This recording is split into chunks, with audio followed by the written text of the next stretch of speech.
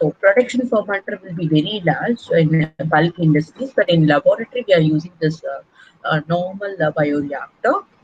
So in this bioreactor, which will be very transparent in our laboratory, whereas in bulk industries they will have a closed, only the stainless steel will be covered inside. They will have a glass over it for viewing what is exactly happening inside. Um, and you can see the head plate, then anti-foaming agent, acid and base probe, and that Sparger, Impeller, sampling port, baffles, shaft, and also the seal for the shaft. So each and every rules I have already explained you. If you need, I will tell you again. So impeller is used to mix your sample inside it. It's same like what we will do in our house. So if you want to make any coffee or a tea, or if you're going to add extra sugars into your coffee, then you will use a spoon and you will mix it down. So on mixing, you can see some of the vortex formation will occur. So if you're putting some pressure into it, immediately the liquid will move towards the edges and it will form a cone-like structure inside your water. That is called vortex. So that vortex can be prevented by using the baffles. Okay, so because of that vortex, what will happen is that the solid particles or as a microorganism which is on heavy weight, high density, they will go and settle down in the walls of your reactor. So for that purpose, we are going for this baffle. Okay, then sampling food. So as I told you, we have to check in between exactly the microorganisms are being grown or your metabolites are being produced. Everything have been. We have to analyze it.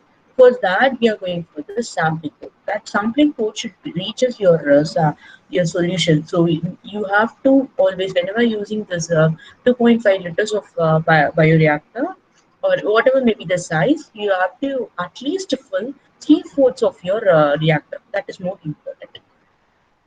Then the shaft. The shaft will be attached to the impeller. This will connect the impeller as well as the motor present at the top. And the seed is kept so that the entry of microorganism can be prevented. So the use of the antifoam microbe is that when the microorganism it start growing inside your reactor, the possibilities of foam will occur. Why is that the microorganism will also utilize the oxygen which is sent through the sparger, and it will convert while doing the metabolic activities. The possibility of conversion of CO2 will also occur in your reactor, and mixing is also there. So what will happen is the more number of foams will be accumulated at the top of your reactor. That may overflow from the head plate. So that we are adding anti-foaming agent. அப்பா இந்த இது சவுளி கடை நகை கடை திறந்துருக்கா? Somebody is kindly muted down. I think somebody have been put your phone in mic have been on. Okay, fine. So in order to prevent that, we are going for this anti-foaming agent. Okay, this is the head plate. So whatever we saw is in only the side view of it. This is what exactly all the port is have been present. Port, which is called as PORT port. So where you can insert your tubes into it. For the air, you will insert some of the tube, and for the sampling also you will use the tube, which I showed you in the video in the previous class also. Okay, this is the head plate top view.